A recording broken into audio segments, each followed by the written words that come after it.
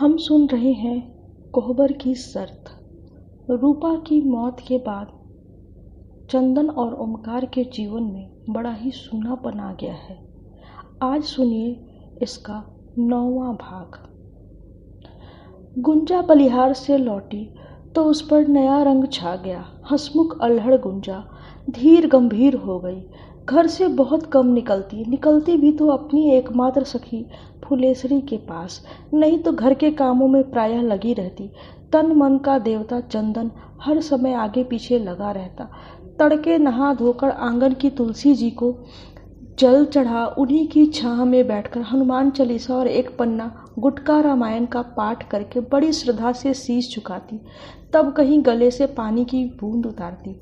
वैद्य जी के स्नान से पहले ही घर में धूप की गमक फैल जाती। गुंजा में एक लगन समा गई। चंदन के साथ दशरथ था, गुंजा के साथ फुलेसरी थी। बलिहार से पहली बार लौटी थी तो गुंजा के मन में सारी बातें धीरे धीरे पक रही थी। दूसरी बार लौटी तो उन्हें मन में दबाए रखना असंभव हो गया। उसके बदले स्वभाव को 2-4 दिनों तक फुलेसरी ताड़ती रही। फिर उसने गुंजा को खोदना शुरू कर दिया। भेद खुल गया। तब से फुलेसरी और गुंजा एक हो गई। वैद्य जी को खिला पिलाकर गुंजा थोड़ी देर के लिए रोज की तरह फुलेसरी के घर चली गई। रामू सोकर उठा तो रोने लगा। उसकी आदत पड़ गई थी कि दिन में सोकर उठते ही यदि दूध न मिला तो छरियाने लगता था। एक बार छरियाने लगा तो फिर उसे मना सकना केवल गुंजा के ही बस की बात थी। वैद्य जी की पत्नी आकर बिगड़ने लगी। तू यहाँ बैठी है, रामू छरिया गया है, चल। गुंजा का ब्याह हो जाएगा तो रामू को कौन मनाएगा चाची, फुलेसरी की माँ बोली। यही बात तो मेरी जान खाया करती है, तो क्यों नहीं उसी घर में गुंजा को भी डाल देती। देखा सुना घर है, एक पंथ दो काज, फुलेसरी की माँ ने कहा। थोड़ी सी हिचक लगती है फुलेसरी की महतारी उस घर में गुंजा को डालते हुए। एक बेटी मर गई, संतान के नाम पे ले देकर गुंजा बची है। यह गई तो घाव नहीं मिटेगा। मरने जीने की बात छोड़ो, मरना तो सबको है। जब तक जो जीता है अपने भाग से जीता है। चंदन जैसा सुंदर वर नहीं पाओगी, गुंजा की महतारी। अगर ब्याह नहीं करना है तो मुझसे मुंह खोलकर नहीं कर दो। मैं फुलेसरी के लिए उसके बाप को भेजूं क्या? थोड़ा अचरज से गुंजा की महतारी बोली। हाँ, अब आपस की बात है इसलिए पहले पूछ लिया कि हम में तुम में बीच न पड़े। वैद्य जी से पूछ के हमें 2-4 दिन में बता दो। गोल मटोल सा उत्तर दे वैद्य जी की पत्नी वापस लौट आई, किंतु उसके कान खड़े हो गए। इधर उधर की तमाम बातें वह सोचने लगी। जेठ में एक दिन वैद्य जी बलिहार पहुंच ही गए। पलानी में ओमकार और चंदन बैठकर किसी खेत का बंदोबस्त करने की सलाह कर रहे थे। थोड़ी देर सुस्ताने के बाद वैद्य जी ने ब्याह की चर्चा उठाई। ओमकार ने फिर चंदन का ब्याह कर लेने को कहकर टाल दिया। देखो ओमकार, मैंने दुनिया देखी है। चंदन की स्त्री चंदन की होगी। रोटी पानी के अलावा इस देह को जो सुख पत्नी से मिलना चाहिए उसकी ज़रूरत 40 साल के बाद पड़ती है। तुम्हारी अभी अवस्था ही क्या हुई है? ले दे के 27-28 की इस जिंदगी को कैसे संभालोगे? सो तो कट जाएगी वैद्य जी। एक रामू है, उसको चंदन और उसकी बहू संभाल लेगी। मायभा सौतेली माँ लाकर रामू को दुख में क्यों डालूं? चंदन से कहिए कि वह अपना ब्याह करने पर राजी हो जाए। खंबे की टेक दे दूसरी चारपाई पर बैठे हुए चंदन की ओर वैद्य जी देखकर बोले, क्यों चंदन? वैद्य जी, बड़े भाई के रहते छोटे भाई का ब्याह कैसे होगा? देखिए न, इसी गांव में 45 वर्ष के पीताम्बर मिश्र हैं, पढ़े लिखे, BA पास, बिहार में कहीं हेडमास्टर हैं। देखा ही होगा, सिर के बाल एकदम सफ़ेद, कमर समवाई से झुक गई है। जब कोई पूछने वाला ना आया तो लड़की खरीद कर ब्याह किया है। क्या जरूरत थी उनको ब्याह करने की? 2 ब्याह हुई सियानी लड़कियां थी, घर था, भतीजे थे, लेकिन नहीं, ब्याह करना ही पड़ा। पेयरी पहीन माथे पर लाल अंगूठी लेकर चले तो जैसे अंगूठी बिरा रही थी। तब भैया के ब्याह में क्या हर्ज है? एक से एक लोग आते हैं, इनके मुंह खुलने की देर है। हाँ तो करें। फिर कल से द्वार पर लोगों की जुटान देखिए। और जब तक यह ब्याह नहीं करेंगे मैं तो कर ही नहीं सकता। घर उजड़ा है तो उजड़े, गांव हमें दोस्त नहीं ठहराएगा। एक सांस में चंदन न जाने कैसे यह सब बोल गया। चंदन की बातें ओमकार आंखें नीची करके चुपचाप अपराधी की तरह सुनता रहा। बोलो ओमकार, अब क्या कहते हो? ओमकार चुप रहा। चुप्पी मत साधो। बहुत से लोग मेरे पास सिफारिश को दौड़ते हैं कि ओमकार को राजी करूं। अगर तुम हाँ कर दो तो हम कोई अच्छा सा संबंध तय कर दूं। अच्छी बात है, जैसी आपकी राय। ओमकार ने हारकर अपनी स्वीकृति दे दी। चंदन की देह में खुशी की एक लहर दौड़ गई। तो इस बारे में मेरी एक राय है, अगर कहो तो कहूँ। वैद्य जी बोले, कहिए। रामू का मुंह देखते हुए सोचता हूँ कि तुम अपना ब्याह गुंजा से कर लो। किसी और घर की लड़की आएगी तो शायद चल न सके। मायभा हुई होती है। रामू गुंजा से हिला मिला भी है। गुंजा ने इस घर को देखा सुना है। तुम सब एक दूसरे को जानते भी हो। घर की लड़की घर में ही रह जाएगी। गुंजा से ब्याह की बात ओमकार ने कभी न सोची थी। वह चुप लगाकर कुछ सोचने लगा तो बैद जी फिर बोले, बूढ़े बाप की यह आखिरी बात मान लो। देह थक जाती है, अब अधिक घुमा फिरा नहीं जाता। बड़े धर्म संकट में पड़ा हूँ। जीते जी यदि वह भार उतर गया तो सुख से मर सकूंगा। दीनता से बैद जी ने ओमकार के आगे हाथ फैला दिए। चंदन की सारी देह ऊपर से नीचे तक झंझना रही थी। वह पलानी में खंभे के सहारे पीठ टेक फटी आंखों से बैद जी को देख रहा था। देख क्या, सुन रहा था। बैद जी का एक एक शब्द उसकी छाती पर हथौड़े की तरह बरस रहा था। देह का सारा रक्त दिमाग में चढ़ आया। वह पसीने पसीने हो आया। बोलो ओमकार, बैद जी ने हाथ जोड़े हुए पूछा। ओमकार ने चंदन की ओर देखकर पूछा, चंदन तुम्हारी क्या राय है? देह का बचा हुआ रक्त भाई ने पिचकारी लगाकर खींच लिया। चंदन निर्जीव होकर चित्त गिर गया। गला सूख गया। जीभ जैसे तालू से सट गई। किंतु एक बार देह की सारी शक्ति बटोर कर सिर के ऊपर से बांस को अपने दोनों हाथ से पकड़ पैर के अंगूठे से पाटी का बांध इधर उधर करता हुआ बोला, इसमें हमसे क्या पूछना है? जैसा तुम्हारा मन हो, कहीं तो ब्याह करना ही है। उसके बाद व्यवहार कुशल बूढ़े बैद ने परिस्थिति संभाल ली। अब क्या चाहते हो? चंदन कोई बच्चा नहीं है, अपना हानि लाभ समझता है। और बैद जी साथ में लिए अपना पतरा खोलकर बैठ गए। हमें कुछ सोचने का मौका दीजिए बैद जी, ओमकार बोला। अब इसमें कुछ सोचना नहीं है। सोचने की बात भी क्या होगी, जो हो गया सो हो गया। चंदन टुकुर टुकुर ताकता ही रह गया। और बैद जी ने 5वें दिन तिलक और तिलक के 7वें रोज ब्याह का दिन पतरा देखकर तय कर दिया। पतली पीली कमानी वाला चश्मा तैल मैल से काले पड़ गई खोल में रखकर अपनी 3/4 गंजी खोपड़ी के किनारे किनारे चारों ओर मेड़ की तरह बचे हुए सफ़ेद बालों को दोनों हाथों से सहलाते हुए बोले, किसी प्रकार की तुल परेशानी करने की आवश्यकता नहीं है ओमकार। जैसा देश वैसा वेश बनाना चाहिए। दिखावे के लालच में पड़कर लोग शादी ब्याह में हजारों फूंक देते हैं। मेरा गया तो तुम्हारा, तुम्हारा गया सो तुम्हारा ही है ही। अब तो यहाँ वहाँ दोनों जगह के तुम ही हो। तिलक में गिने गिनाए 5 आदमी आएंगे, सो बारात में भी 10-5 के साथ आ जाना, समझे? उसके बाद बैद जी ने अपनी मिर्जई के बंधे बंधाए कंधे पर चादर रखी, चमरौंधा जूता पहन खड़े हो बोले, बेटा चंदन, घोड़ी खोल लाओ, अब मैं चलूंगा। राह में 1-2 रोगी देखने हैं। आज भी रोगी देखिएगा? क्यों क्यों? इतना बड़ा शुभ कार्य तय करने के बाद रोगी देखना तो बड़ा अशुभ सा लगता है। बैद जी ठठाकर हंसे। अभी नादान हो बेटा, रोगी नहीं देखूंगा तो द्वार पर तुम्हारी खातिर कहाँ से करूंगा? दुनिया का काम कभी नहीं रुकता है। मरना जीना तो लगा ही रहता है। चलती गाड़ी में लोग चढ़ते उतरते न रहे तो फिर आफत हो जाए, समझे? चंदन चुप लगाकर सामने की बसवाड़ी में बंधी बैद जी की घोड़ी खोल लाया। पास के खूंटे पर पैर रख बैद जी घोड़ी पर सवार हो गए। ओमकार ने बढ़कर उनके पैर छुए। चंदन हाथ जोड़कर रह गया। तभी घूमता हुआ दूसरी ओर ले दशरथ आ गया। बैद जी को जाते देखा और मुस्कुराकर चंदन से बोला, बैद जी क्यों आए थे? ब्याह तय करने। ब्याह तय करने आए थे तो तुम मुंह काहे लटका के बैठे हो? भैया का ब्याह तय करने आए थे। भैया का ब्याह तय करने? किससे? दशरथ अचरज में बोला, अपनी बेटी से। बेटी से? गुंजा से? हाँ रे बकलोल, हाँ, गुंजा से ही। भैया ने क्या कहा? कहा क्या, तय हो गया। 5वें दिन तिलक, उसके 7वें दिन ब्याह। दिल लगी मत करो चंदन, सही बताओ। सही तो कहते हैं कि 8 साल तक अहिर बकलौल ही रहते हैं। बकलोल मैं नहीं हूँ, तुम हो। चुपचाप बैठकर सुना तो मान लिया, एक बार मुंह खोल देते तो क्या भाई की इज्जत उतर जाती? आने दो ओमकार भैया को, मैं कहूँगा। यह एकदम अन्याय है। कहो तो दौड़कर राह में बैद जी को रोक लाऊं। चुप चुप चुप चुप रह दशरथ। चंदन की कुंडली में ब्याह नहीं लिखा है। हो रहा है सो होने दे। भैया ने खुद नहीं सोचा तो तेरे मेरे कहने की अब जरूरत नहीं रही। अपना मुंह बंद कर ले और भैया के ब्याह में मेरी मदद कर। हद आदमी हो यार, मर्द बच्चा हो के मुंह सी लेते हो तो गुंजा पबनी का कौन जोर चलेगा? मेरी बात मानो, एक बार भैया से कहने दो। नहीं दशरथ, कोई फायदा नहीं। अब जो हो रहा है सो होने दो। जब भैया ने नहीं सोचा तो। कहते कहते चंदन उदास हो आया। सूनी आंखों से सिवान की तरफ देखता रहा। बैद जी चौबे छपड़ा पहुंचे। आंगन में गुंजा बैठकर थाली में दाल रखे बेन रही थी। रामू उसे पकड़कर घुटनों के सहारे खड़ा होकर थाली में हाथ डालकर दाल छींटने की कोशिश कर रहा। बार बार उसे बिठाकर अलग कर देती किंतु वह मानता ही न था। बैद जी आंगन में खाट पर बैठ गए।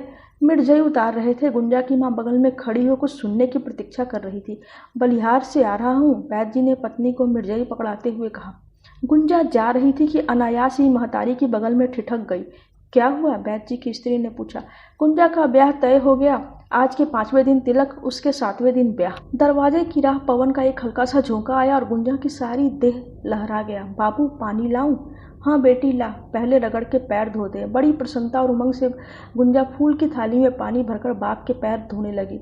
गुंजा की किस्मत बड़ी तेज है, इसके लिए हाथ लगाओ तो अनहोनी हो जाती है। गुंजा का जी हुआ बाप के पैर गोद में रखकर आंखों से छुआ ले। बड़े मन से मल मल कर घुटने के नीचे का पैर धो, एक एक उंगलियां बजाकर अपने आंचल से दोनों गीले पैर पोंछ दिए। गुंजा खुशी से उठकर दाल बीनने लगी। बहुत कम दिनों का मौका मिला, क्या करना है, बेचारों को कोई रोटी पानी देने वाला नहीं है। जितनी जल्दी सूना घर भर जाए अच्छा है। दान दहेज के लिए कुछ मुंह खोला? गुंजा की माँ ने पूछा। नहीं जी, ओमकार का स्वभाव जानती नहीं हो, अपने ब्याह में कभी मुंह खोला था? बैठ जी उठ गए। गुंजा अपनी सखियों से मिलने के लिए व्याकुल हो उठी। मन ही मन उसने दीपासती को 5 बार शीश नवाया। रह रहकर चंदन आंखों के सामने नाचने लगा। उसकी भरी हुई गोरी देहरी देह, सहमी हुई बड़ी बड़ी आंखें, चौड़े ललाट वाले सिर पर मोर पहने सामने आ खड़ी हुई। गुंजा घूंघट निकाल उसके बगल में झुक गई। आंगन में मड़वा छा गया। शहनाई के स्वर से घर आंगन गूंजने लगे। गुंजा सुहागिन हो गई। पीढ़े पर बैठ चावल चलाती हुई गुंजा झटके से उठ खड़ी हुई और घर में जाकर ताक पर के शीशे में अपना मुंह देख आई।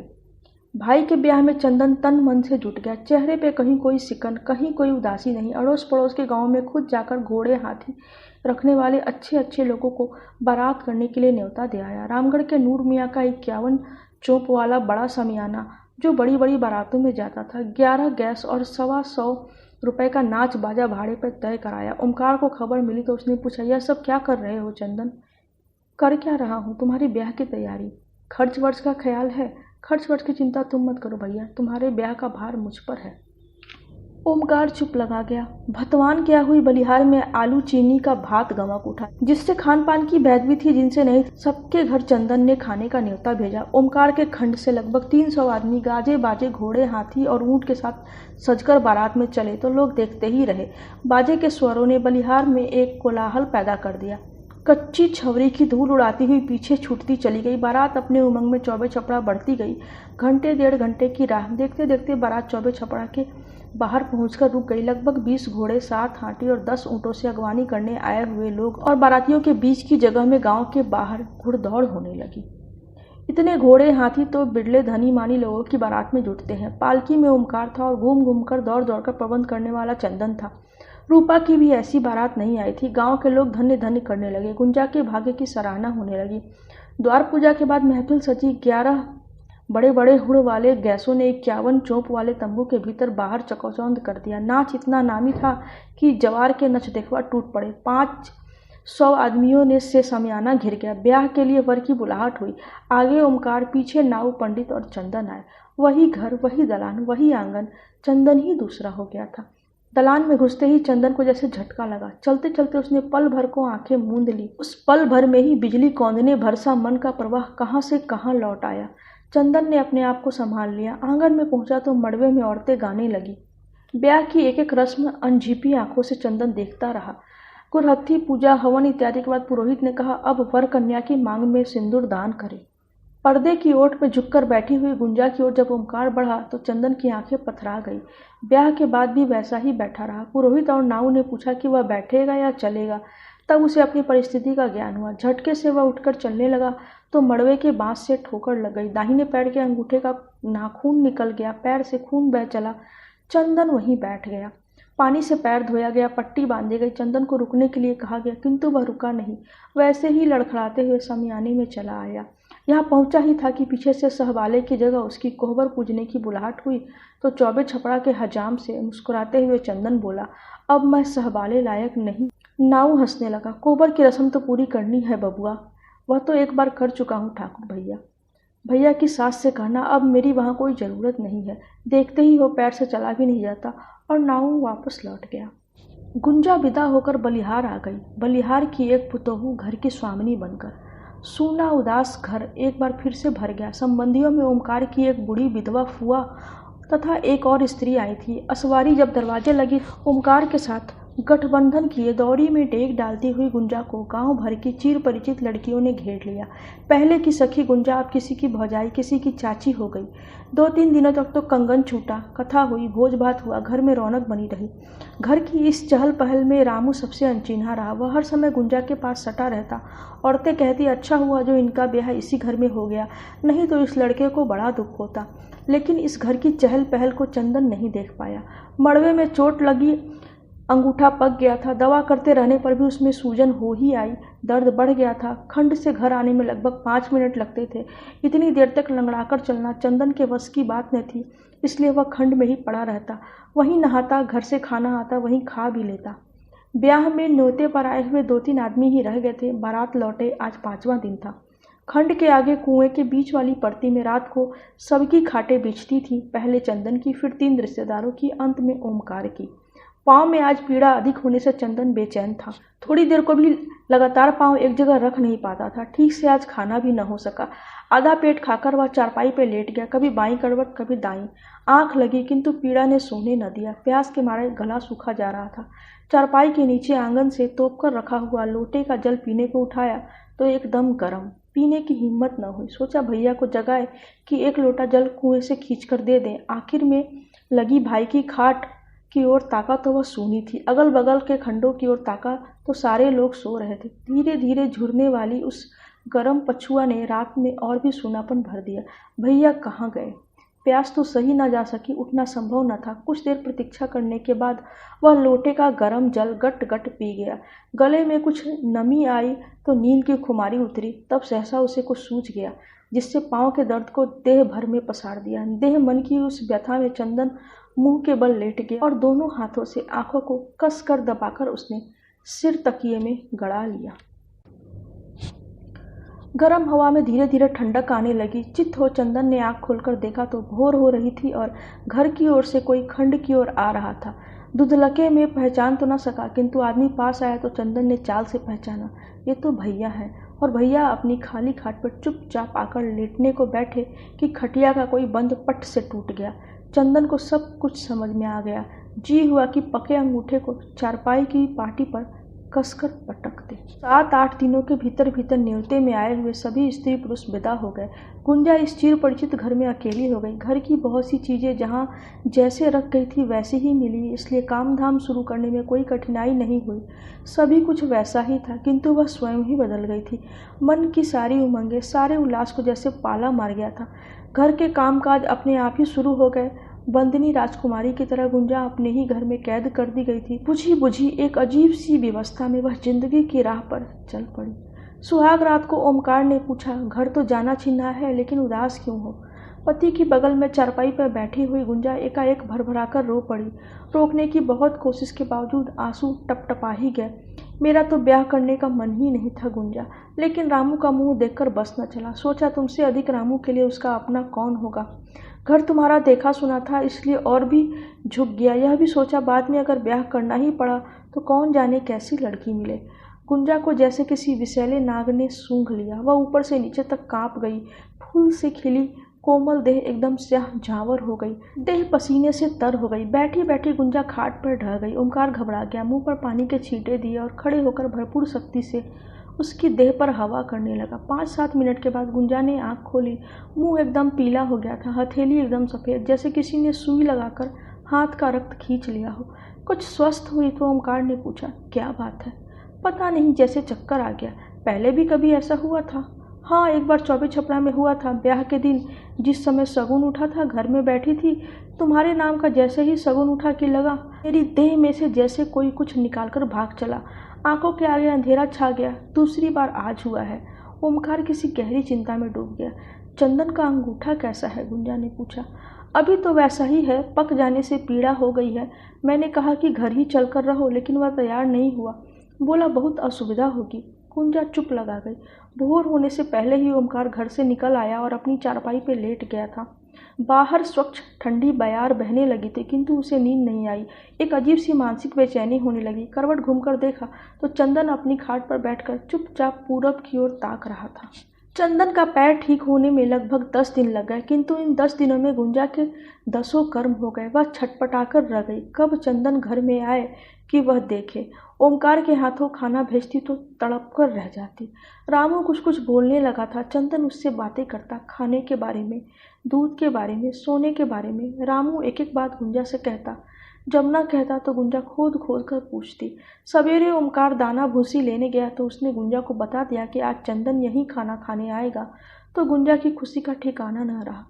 बड़ी रुचि से चंदन को भानी वाली चीजें बनाई। समय से 1 घंटा पहले ही भोजन तैयार कर लिप पुत कर पीढ़े रख पति और देवर के आने की प्रतीक्षा करने लगी।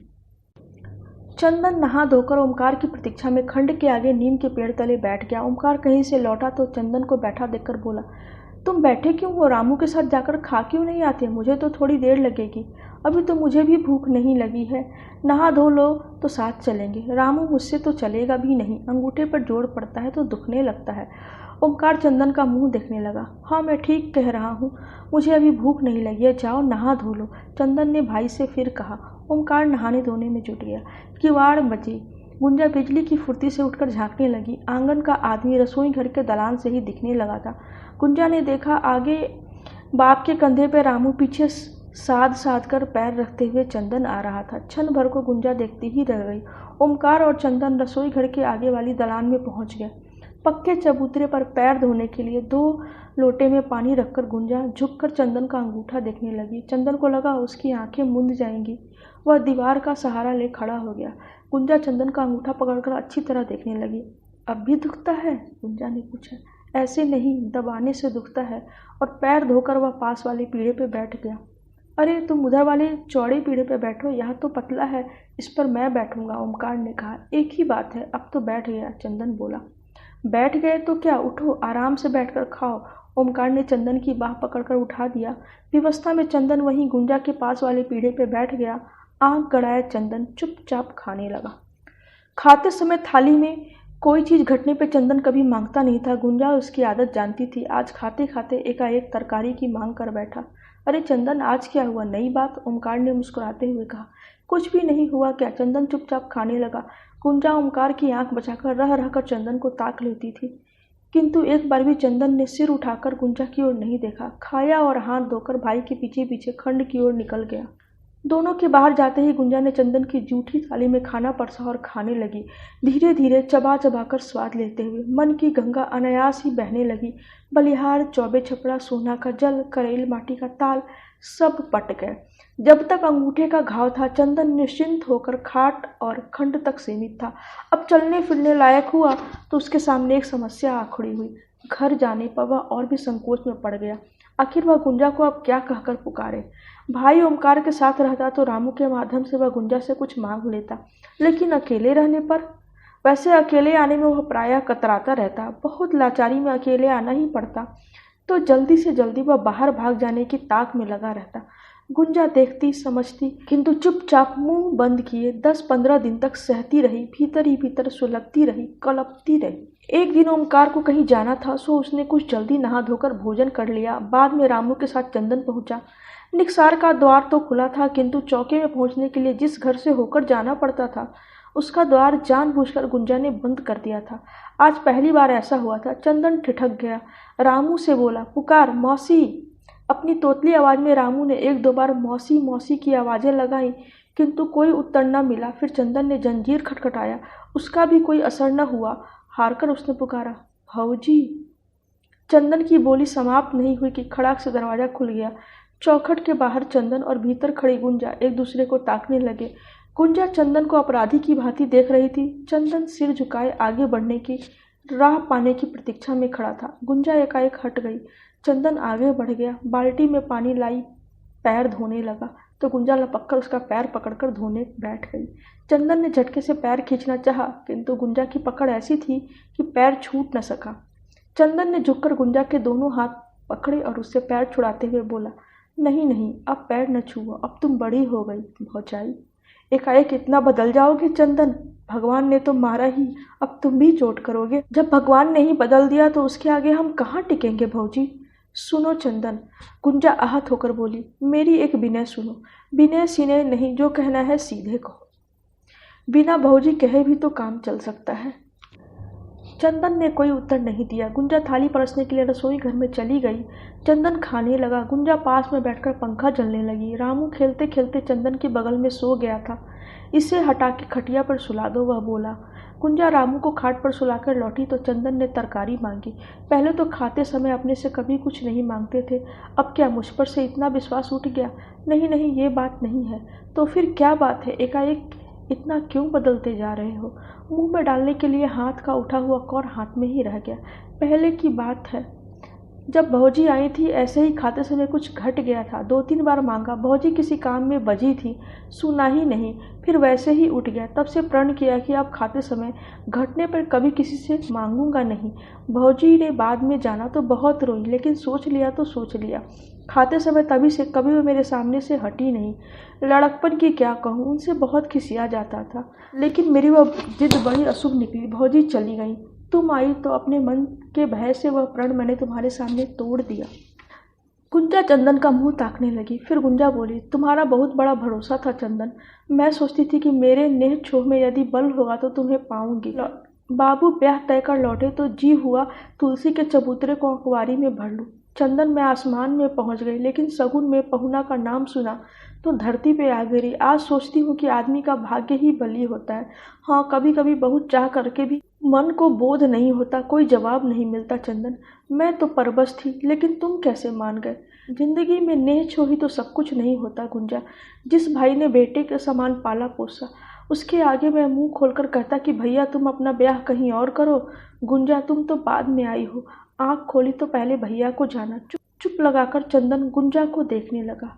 घर में एकाएक निस्तब्धता भर गई। चंदन फिर कहने लगा, लेकिन कहीं तो तुम्हारा ब्याह होना ही था। मान लो बलिहार ना आकर किसी और गांव चली जाती तो? तब चंदन जल में खड़े होकर कपड़ा धोने वाली धोबी सी प्यास से मरने वाली मेरी यह गति तो न होती। अब तो दिन काटने ही है गुंजा, चाहे मैं चूका या तुम चूक गई। यह तो सगुन में पहुना का नाम सुनते ही कोई तमाचे मार के कह गया, और मैंने भी सोचा कि यदि दुखी भोगना है तो दुख देने वाली आंखों के सामने सही। गुंजा की सारी पीड़ा आंखों में उतर आई। जीने के लिए 1000 बहाने होते हैं चंदन, लेकिन मरने के लिए? एक भाई धर्मराज थे, जिन्होंने दूसरे भाई का ख्याल न करके द्रौपदी को जुए पे लगा दिया, और एक भाई तुम हो। तुम्हें तो मैं धर्मराज से भी बड़ा मानती हूँ। फिर एक लंबी सांस खींचकर गुंजा बोली, और यह बात तो भूलना ही पड़ेगा। कल को तुम्हारा ब्याह होगा, बहू आएगी, घर गृहस्थी में समा जाओगे, फिर कौन किसको याद आएगा?